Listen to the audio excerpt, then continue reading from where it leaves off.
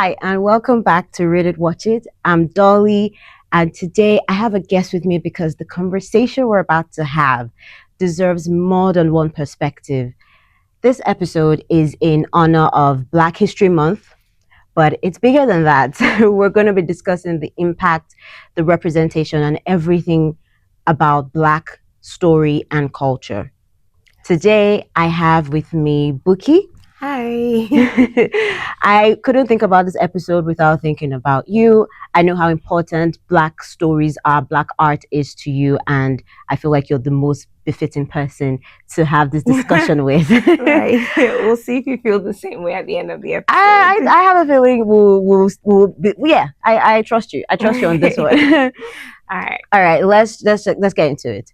Why does Black storytelling matter? Why is it important? Yes, very good question, actually. First of all, I'm a Black woman, and I've been very influenced by the arts to even begin with, like right from when I was like a pre-teenager. I've been reading, I've been watching TV series, I've been watching movies. I had an aunt who studied at Unilag. She studied English, and every time she would come home on holidays, I would read her books. I would read like Chinua Achebe. I would read Sizwe Banse is Dead, like stuff that you wouldn't typically find, So just to start with, I've always been influenced by the arts. Now, why is Black storytelling very important? It's sometimes you would think that the most obvious answer is in everyone's faces, but sometimes these things still need to be said. True. First of all, there's this notion that American Black art is like the one-stop, one-fit-all. Yes. Meanwhile, there's Nigerian Black art, there's Nigerian movies, there's Nigerian TV series. There's Black British movies, there's Caribbean British movies that tell stories that are different from what the American. Not that I'm not saying that the American Black stories are wrong or anything, but we have like Nigerian Black stories talking about like things that are actually important to us, like family, like spirituality. We have Black British movies that talk about like class, immigration. So I think that Black storytelling is important because that way you get to have like different segments and different people speaking from their own level of understanding for everyone to consume. Absolutely. So there's that. Also, I feel like Black storytelling is very important because anyone who watches Hollywood, who follows like award seasons, yes, I'm a pretentious cinephile, sue me. You can tell that the only Black movies that have really made it big, like box office or gotten awards, are stories about Black pain. 12 Years a Slave, Meanwhile, there's Black love stories everywhere. There's Black joy to be found so many places. And I just feel like it's so important that there are people who are given the platform to tell these stories, to show that there's so much more to our storytelling than slavery. I'm not shading anyone, but yeah. So, and then I think the last thing that comes to my mind as to why like Black storytelling is important is because I've also noticed something. As someone who pays attention to Hollywood, I really wish I was able to consume these stories and just move on. But no, it's very obvious that you see like a Black person like at the forefront of a movie, like maybe the lead actress, but it doesn't necessarily mean that it's Black funded. It doesn't necessarily mean that it was directed by a Black person. Obviously, now there's a shift with Sinners. We'll get into that later. But I think that these are all the things that have just shown over time why Black storytelling is extremely important. I completely agree with you. Just with the idea of there's Black stories isn't just one thing. It's not one thing. We can't fit it into one thing. Like it's not a genre. Black storytelling is not a genre. So for me, it's like you said, it's really important that we have representation. It's important that we keep telling Black stories to keep the tradition, like the oral traditions alive, because we've been in an era where Black stories have been told through another lens. For the beginning of time, from the get-go, it's been white people that have had the trigger to us telling our story. So it's important for us to be able to keep our oral traditions alive by the storytelling. Yeah, absolutely. And there's something you even said about black stories being told through like white lenses, and it's sort of in a way that maybe they feel like it's more digestible. Like, okay, so you see a movie where Lupita Nyong'o is the lead actress, but oh, it's directed by Christopher Nolan. Oh, okay, sure. He must know what he's. Again, Christopher Nolan, one of my favorites, but we're not talking about the. Absolutely. So So yeah, absolutely. Our stories need to be told by our people, funded by our people, and brought to life by, well, when I say our people, I mean black people, yeah, because, Hollywood for the longest time, unfortunately, it's just the truth, has tried to tell us that, white stories are like the most palatable, they're the most digestible, yeah, you see, who has won, best actress, best actor in the history of Hollywood, yeah. and the ratio is so abysmal, It is. but it's not a reflection of what black art is. Absolutely not. 2025, if anything, has shown, anyone who knows, when I mention 2025 already knows I'm talking about Sinners. Not only did Sinners smash box office, it's winning. So it's the audience is there, Yeah, of if course. only like they would fund these stories. I've watched indie black movies, I've watched superhero black movies, I've watched dramatic black movies, and I could continue to consume black art for the rest of my life. I agree. And there would, Yes, for sure. So for me, the most important thing before we move gears is that there has to be a preservation to our art and what we do. We have to really guide and guard it, because we can't let it's a history thing. If we let the other people keep telling our story for us, it will get missing and lost in translation, and that's what we don't want, because there's a tradition to preserve. There's truth to these stories, and we need to be able to maintain the truth, because once someone else, it'll become a tale of telephone. Once someone else tells your story, the true context is then missing. So we need to be able to keep this original. We need to be able to keep it authentic. Mhm. And for me, black storytelling is important because of the tradition. We need to keep it in house. So yeah, thank you for that. Now let's shift gears. What black movies turned things around for you? What was the black movie that you saw that made you realize that there's a shift in Hollywood? You could give me a list of like some of the movies that made this change for you. Ooh, do I have a list for you? Because literally, that's all I do: watch movies. I wish they'll pay me to watch movies. I know. Okay, so I saw Moonlight, directed by Barry Jenkins, starring Mahershala Ali. I will not get into that movie because if I start talking, I won't stop. But yeah, Okay, Moonlight. Which else? Get Out, Jordan Okay. Peele. Yes, love Cultural Jordan. shift, Absolutely. Black Panther. Yes, Of superhero course. movie, which is not really up my alley, but amazing movie, and Yeah. literally one of my top like Marvel movies ever. I agree. So there's that. I saw 12 Years a Slave. I don't want to talk about that movie. I have my reasons, but again, one of the movies that culturally shifted things For for you. black storytelling, Yeah. not even just for me. Yeah. I saw Creed I think Creed is actually one of my earliest movies where I started to like notice Michael B. Jordan more. Oh, really? Yeah, actually. That's my babe. I can see why. Yeah. I saw Precious with this lady. Her name is skipping my mind right now. Gaboni. Yeah.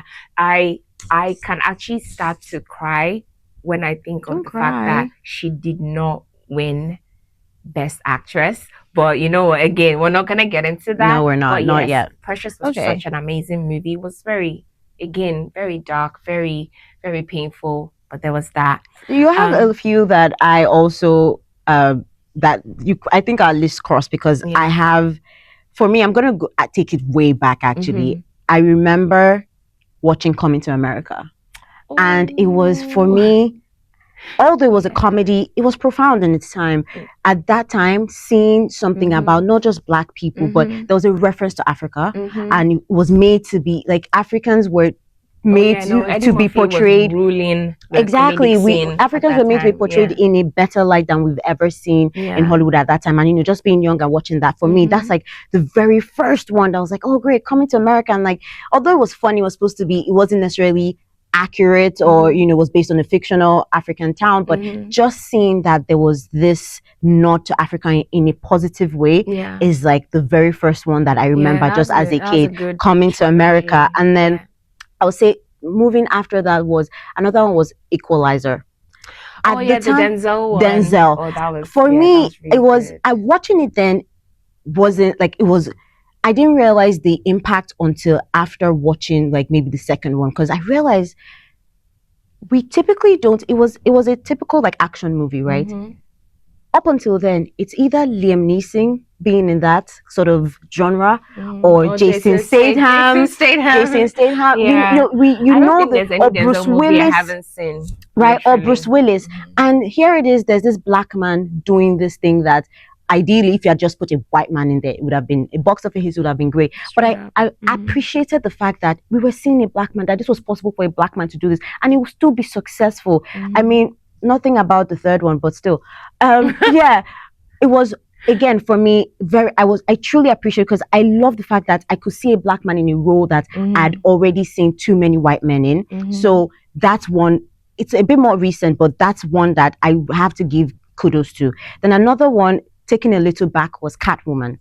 I know it wasn't necessarily like the best or whatever, but again, it was just being able to see a black person in a role that predominantly was all white people. You know, funny thing, because of Halle Berry and how she played Catwoman, if you go online and you see, because they've been remaking the Batman movies, it's now like a standard that only a black woman should play. There you go. She said, there you go. She did, she did something. I know the movie got a lot of flack. People didn't like it, but all I could think was, I see a black person in this role, sexy as hell.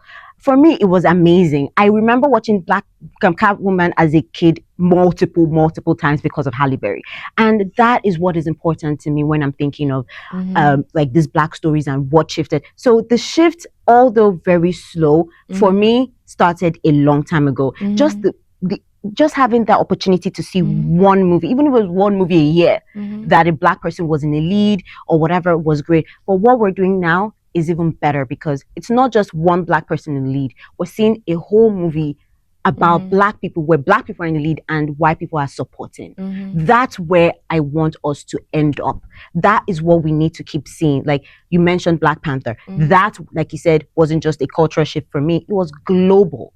It was flipping amazing. Yeah, no, Ryan Coogler is the golden boy. He's the it boy. I will protect him with my life if need be. He's my it boy. Making an entire movie, BAFTA winner, by the way. Right.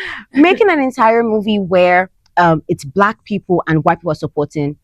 It didn't just start now. Spike Lee had been doing that, and we have to give him kudos. He's the OG of black storytelling, and I truly appreciate him for that. But you know, we will get into those people. But talking about the movies, these are sort of the movies that when I think back to what shifted things for me in Hollywood, these are those movies. So yeah, now that we've kind of touched on the movies, let's talk about the actors. What actors do you think have reshaped or are reshaping Hollywood, and how black stories are being told and really like fighting the cause?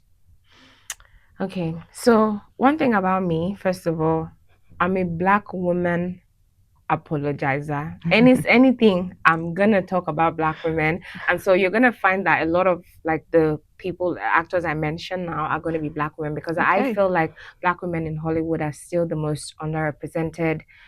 And when I say black women, I mean like dark-skinned black women who actually look like me, you know.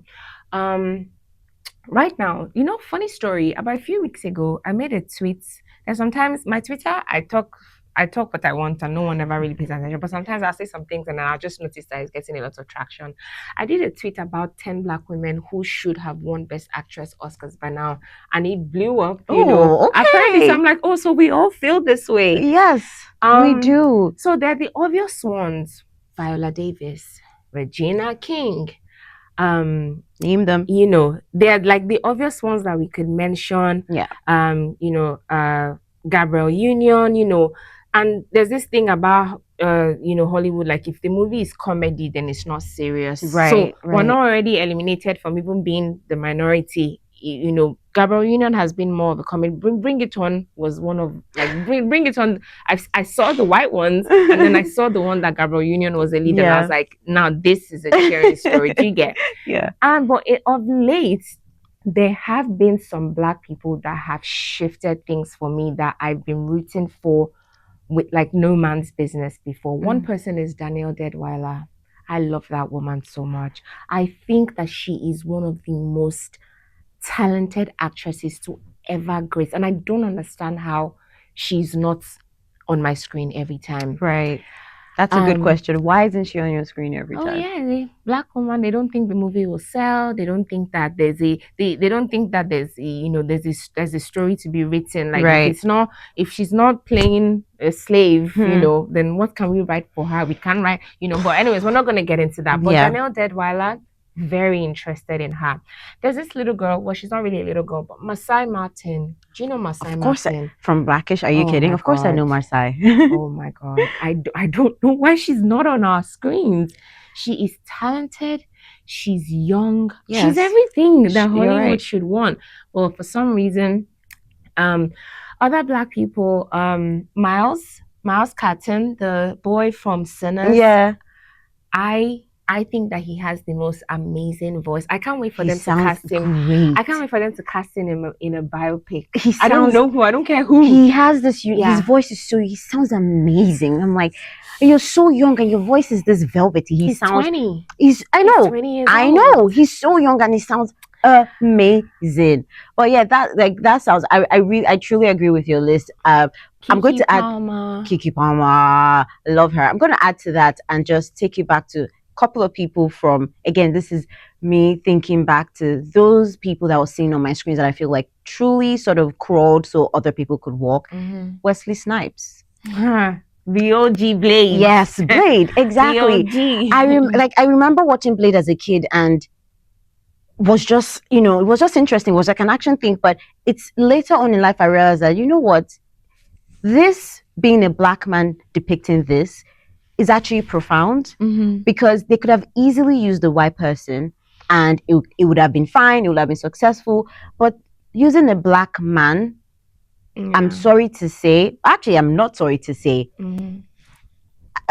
Gosh, I'm grateful. I'm actually grateful because we need to see these things. We do. Representation is so important. So I really want to give like a shout out and kudos to those that did it before. So someone like Wesley Snipes, he's kind of died off now, but I thank him for taking the bullet for some of those roles. They were looking to cast Mahershala Ali for a Blade rerun. But for some reason it stalled. Mahershala, I know. That's oh my God. Nah.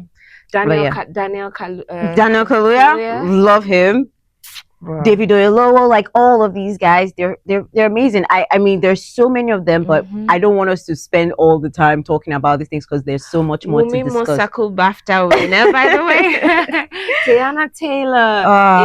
Tiana is actually so interesting because she's like a triple. She's She's so talented. She's literally one of the most talented people. I agree with you. To ever exist. She literally deserves it. And I've been saying this before, as far back as like 10 years ago, I've said Tiana Taylor is the most talented person.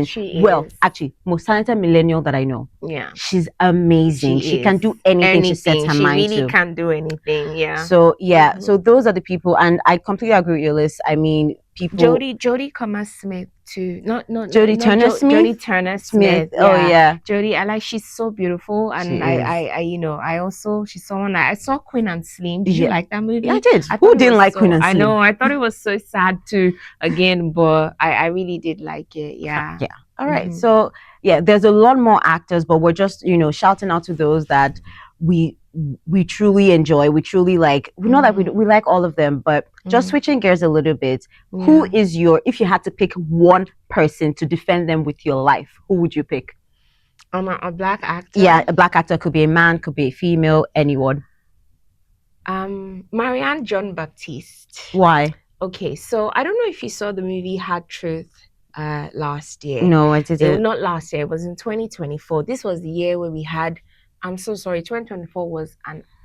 Can I swear? Yes, you can. 2024 was an ass year for movie. Damn. We were talking about movies like The Substar. I'm not saying that these were bad movies, but there was Okay. one movie, Hard Truths. I don't know if any of you actually saw that movie. And Marianne John Baptiste gave the performance of a lifetime.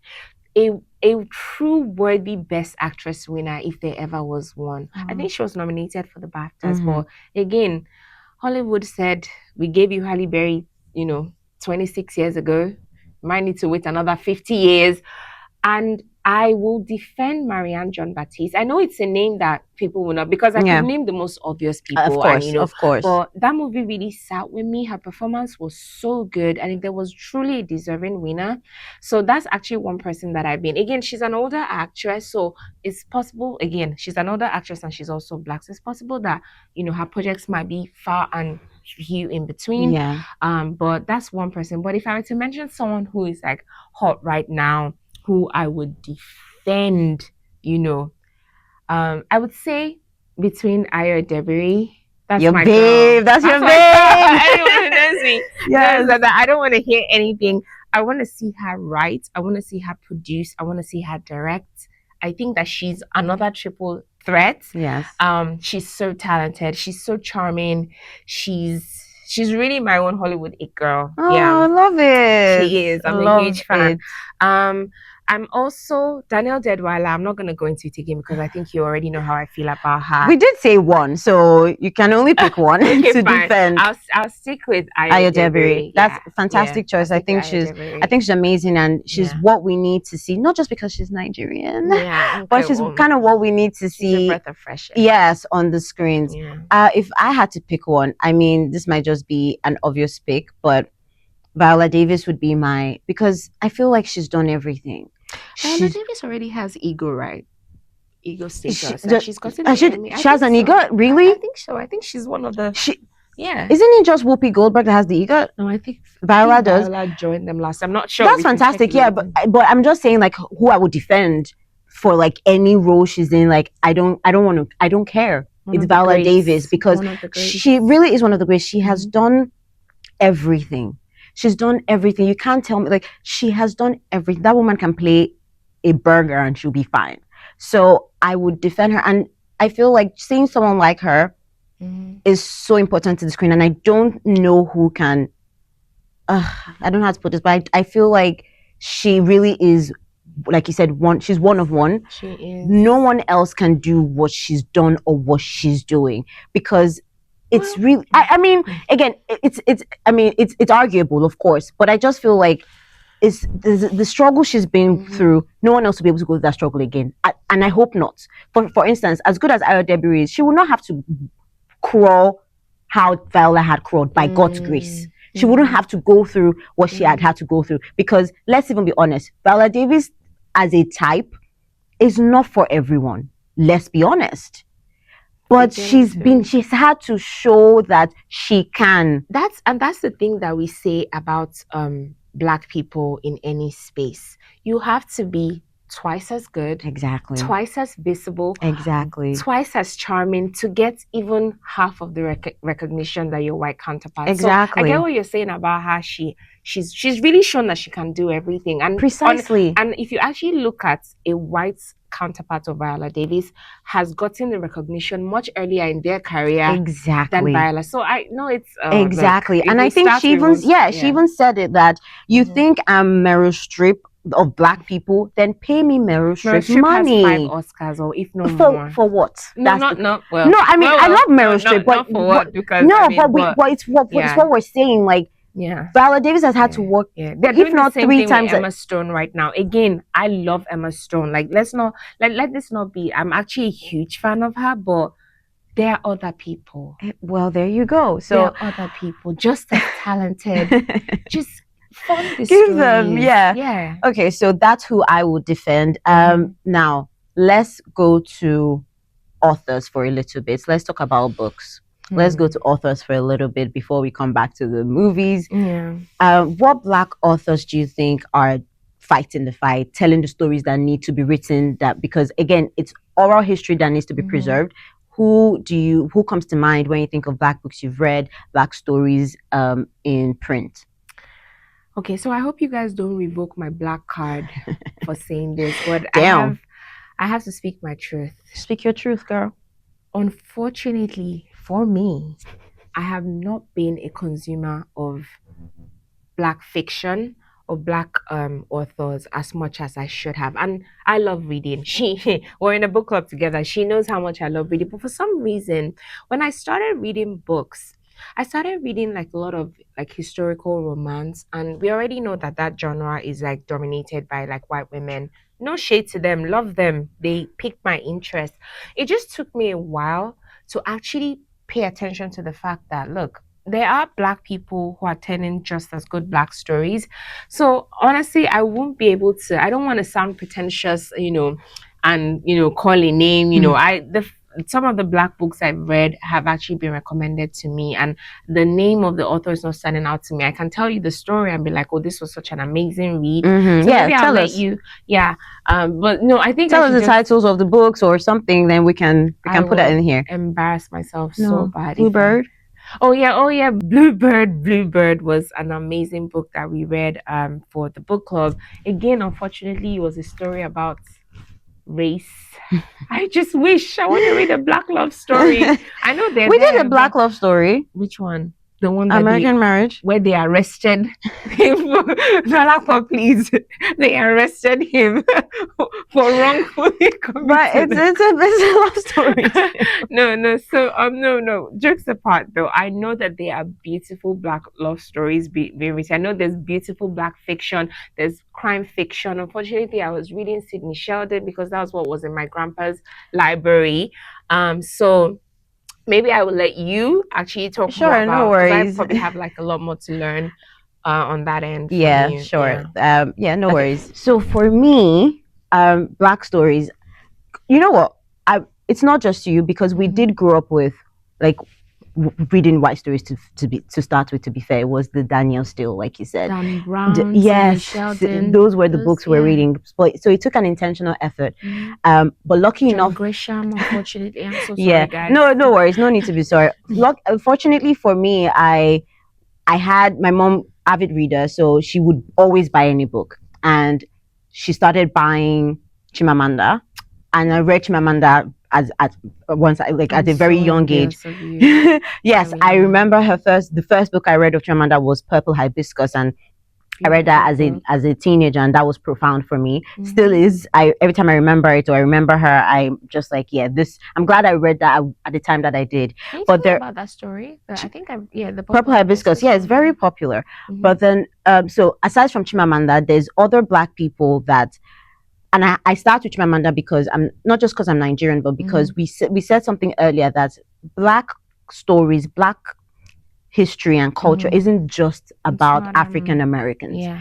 It's global. It's beyond that. But I will touch on the African Americans that are keeping the black history and culture intact in literacy. So there's Toni Morrison. So look, Toni Morrison. She just died. I know. So here's the thing, though. I saw an excerpt of, I think, her book on Twitter just right after she died. And I'm not kidding. My life has changed many times, but my life actually changed. And I just borrowed one of her books on Libby to read. What book was it? I'll have to check the name. Bluest Eye, Tar Baby, Beloved, Tar Mercy. Baby, Okay. Tar Baby. Tar Baby, yeah, that's a good one. I saw an excerpt on Twitter and I was like, I cannot believe I denied myself. Oh yeah, you should. Toni Morrison has a lot of books. She's amazing. The thing is, yeah, you should. The thing is, it's very similar themes, of course, but she tries to differentiate them, and they're good reads.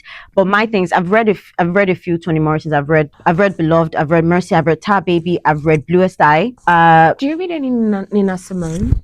Nina Simone, no, I haven't read that. I've seen a couple of her poems. I don't even know. Yeah, you know what? Carry on. So they're very similar, but I think her writing is so intentional in that as much as they might be similar background or whatever, it's still so important in this day and age. And she's one of the most respected writers of her time, and RIP to her, but her legacy will definitely carry on. It's such a thing that even though she's dead, her stories will still Oh, remain, for sure. and that's why it's art. important. That's literally Exactly, what art is. it will still be It'll relevant. live It's funny to forever. it's funny to see that even though she's written some of these books decades and decades ago, they're still so important even now. I imagine when she was writing, she thought to herself, oh, maybe in another 50 years things would be different. But guess what? Bluest Eyes is still as important now as it was then, because we're still facing the same issues now racially. Another person will be James Morrison. He's yes, I did. his see. essays are fantastic. Then Giovanni's Room, okay. If you haven't, go. Giovanni's Room is like one of my favorite books. I need you to recommend so many black books. Like I'll try my best. Ashamed. I'll try my best. So yes, James, for me, it's his essays. It's one of those things that, oh gosh. So there's this one that I read. It was a long time ago, but it was just the way he writes, especially the essays. It's because we're talking in 70s, we're talking in 60s, and to think that you're reading it now and it's still very relevant, because they're almost like manifestos and sort of letters to him. Right. James Baldwin, sorry. But yeah, his essays are fantastic. So I'm just I appreciate that there's something like that for us to, and there's such an author for us to go back to. And I feel like, I know for a fact that a lot of his stories have been made into movies. Yes. So that's someone that is really doing. Then one newer person I would say is Britt Bennett, The Vanishing Half. Don't think you haven't read that. No, I haven't. Oh damn, it's so good. You will love it. I'm gonna download The Vanishing Half. Oh, it's so good. She draws a lot of inspiration from Toni. So yes, but she's more modern. It's you will love The Vanishing Half. It's so good. You said just downloaded Tar Baby. Yeah, Tar Baby is on my exactly. list. Then read Vanishing Half. You just be like, okay, great. Yeah. So yeah, for me, those are the people that reading them just for me just grounds me and reminds me that yes, I'm black in this world. Before people know that I'm African, I'm black first. So I need to there's just having this constant reminder in books that yeah, we're all going through the same thing, you know, just color of my skin issue. But yeah, that's it for me with books and the people the authors that I feel like are doing God's work. They're doing God's work with just keeping these stories alive, because imagine if we didn't have these reminders to let people know that there's suffering and there's pain, but we are also yes, we're also a joyful people. Also joy. There's also joy. Actually, like now, we're actually no, I love it's an experience. Absolutely. Regardless of everything that's going on, yes, being black is an experience. It's funny, it's crazy, and I love black art so much. I agree. Yeah, you know, even through books, through movies, through TV series, there's a way that you just watch something and you just know there's no other person that could have done this. No, yeah, like, there's just no way. You know, I like since we're on that, I've like, you know, we talked on like trauma earlier, how and now we're saying there is joy in black stories. Like I hate the fact that every black story out there, movie or whatever, makes it seem like it's only about slavery, even though that's where we started from, and it needs to be we need to be reminded, but it's more than that. No, but thankfully I've been able to branch out, and I have watched black comedy, black romance. Did you ever watch Atlanta? Yes, I did. Cultural shift for me. Again, I didn't watch Atlanta when it came out. I watched Atlanta like last year. Oh, really? And I'm telling you, this is just what I do. And I was just like, what the hell? I mean, Brian Tyree Henry, because of Atlanta, I went on the hunt for Brian Tyree Henry's movies. Okay. He's so talented. Do you know who I'm talking Yes, about? I do. He's so talented. He's another person who I'm like, this is somebody that should be everywhere. He has an Apple TV series with Wagner Moura, Dope. Oh yeah, Dope. Yes, amazing, funny, and I was just like, this is what I want to see. Yeah, this is what I want to see. Literally, I agree with you. So for me, it will be okay, I will say one. There's a lot. Like what we can't even, let's not even go into like the black rom-coms that really bring joy and like it's just really fun. You watch Rylane, the one with this cute David Johnson. David Johnson and I've forgotten the name of the lady. Did you ever watch Industry? Yes. So the Yeah, but Gus, I'm not getting this Gus? title. What title is it? Ryleen. It's Ryleen. British. Oh my god, you need to see it. You actually need to see it. Okay. It's romance. It's beautiful. The two of Okay. them have so much chemistry. Okay, So okay, cute. okay. Yeah. I typically my British shows are just murder mysteries, but I could This one's branch a out. movie. Ryleen is a movie. Okay, Yeah. fine, no worries. Thank you for that recommendation. But the one that really would stick out to me, and I know that I'm going to make my children watch, is Blackish. I know Kenyan Barris might be a bit controversial, but as unlock the swag.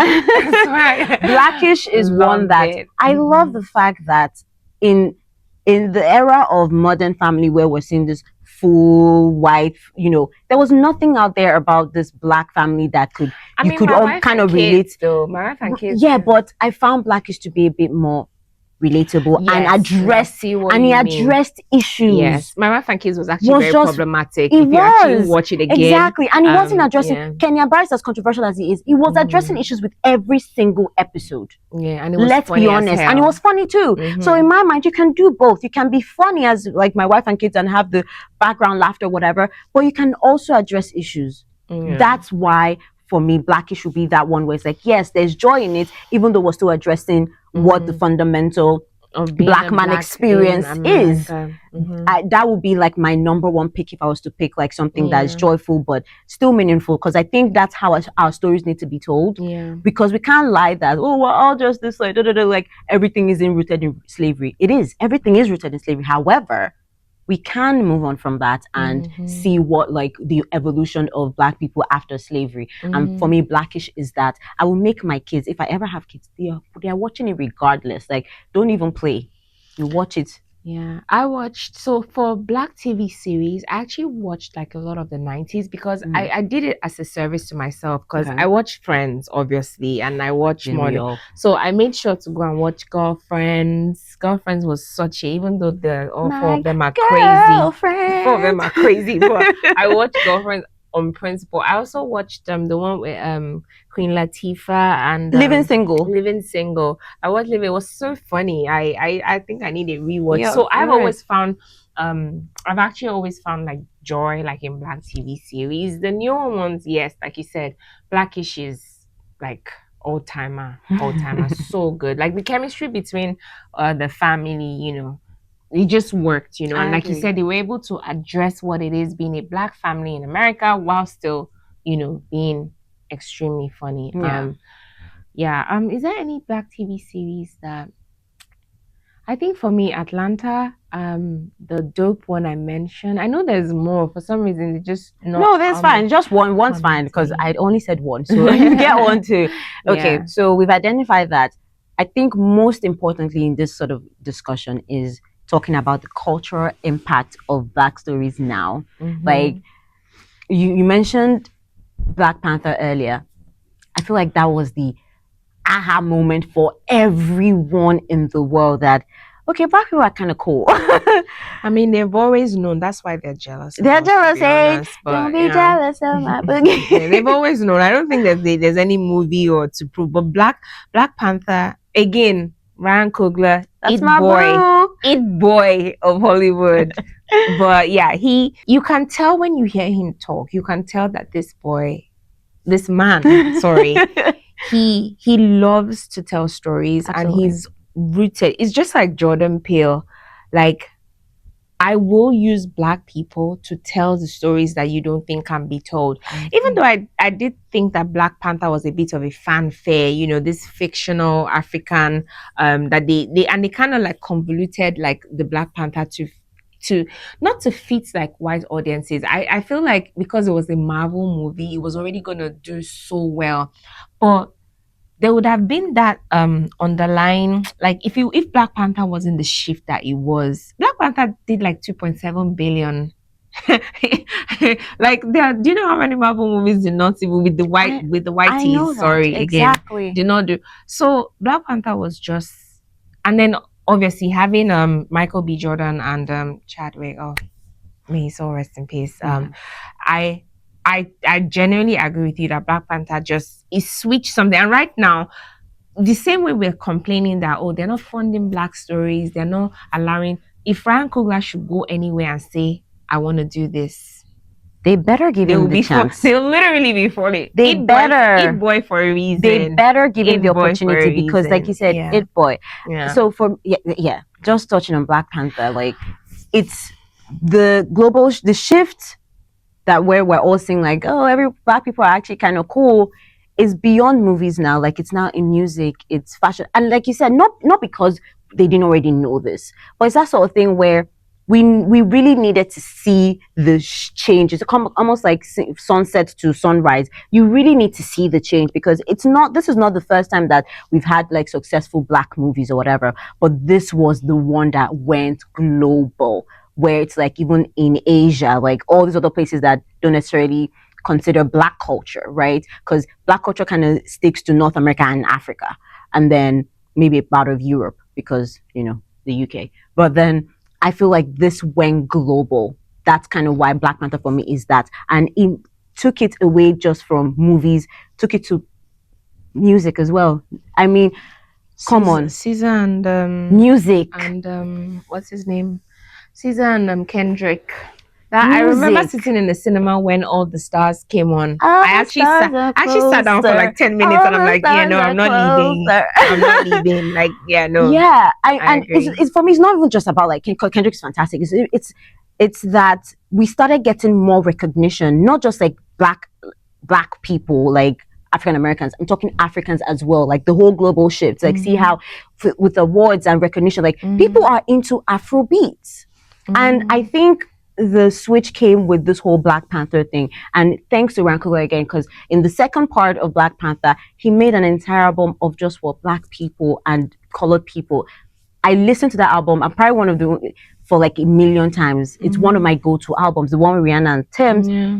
So it's a kind of weird where it's like, we've always known we've been great, but to not have everybody sort of validate you is, it's nice, but is it enough? No, it's definitely not. It's not enough. It's not. It's not enough. I would tell you now. Like if you want me to start talking about all of the ways in which it's not enough, I agree. It's not enough. I don't think it's enough because there's still. Do you guys know that? I mean, Sinners, Ryan Coogler is the first Black person to win original screenplay in the history of the BAFTAs. Like, on one hand, we're so proud of him, but do you know how crazy that statistic is? It is crazy. It's a crazy statistic. I was saying to you, like, you mean Spike Lee never won this?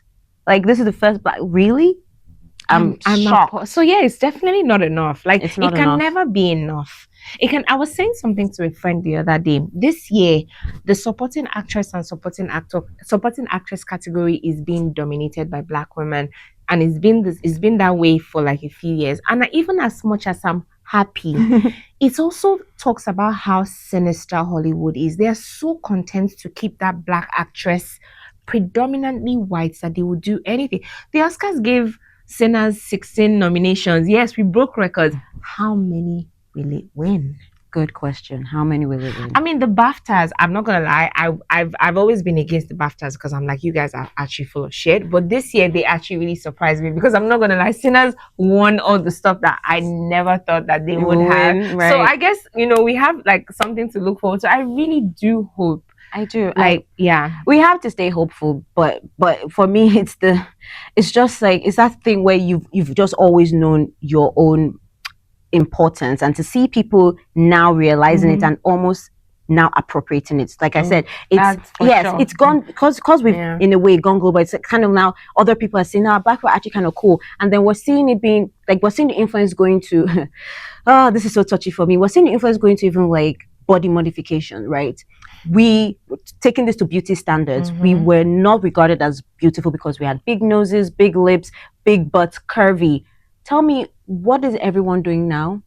Pumping their lips, pumping their cheeks, BBLs. Pumping their butts, trying to be curvy. But it was at one point disregarded as an ugly feature. Like, these things that people are doing now.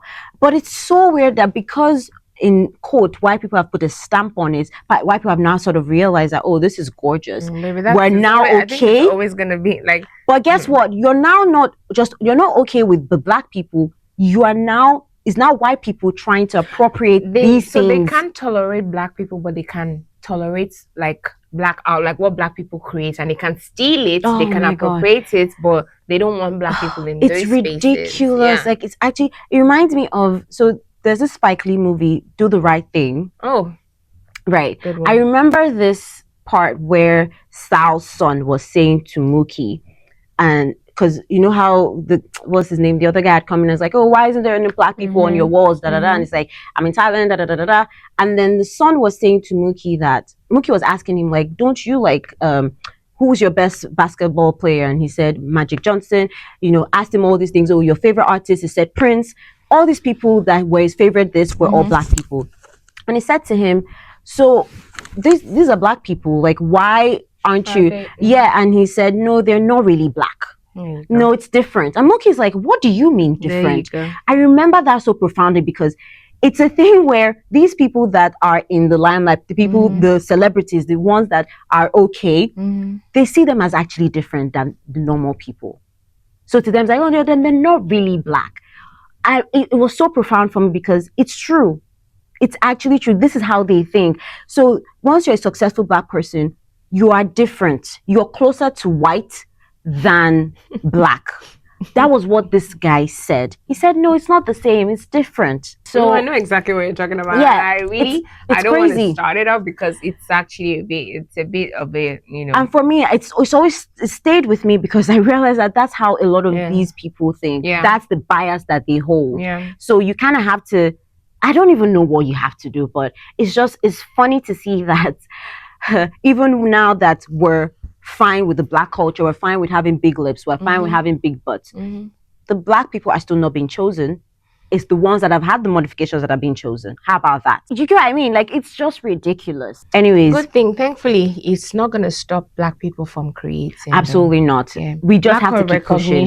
Lack of recognition of it being stolen. Who cares?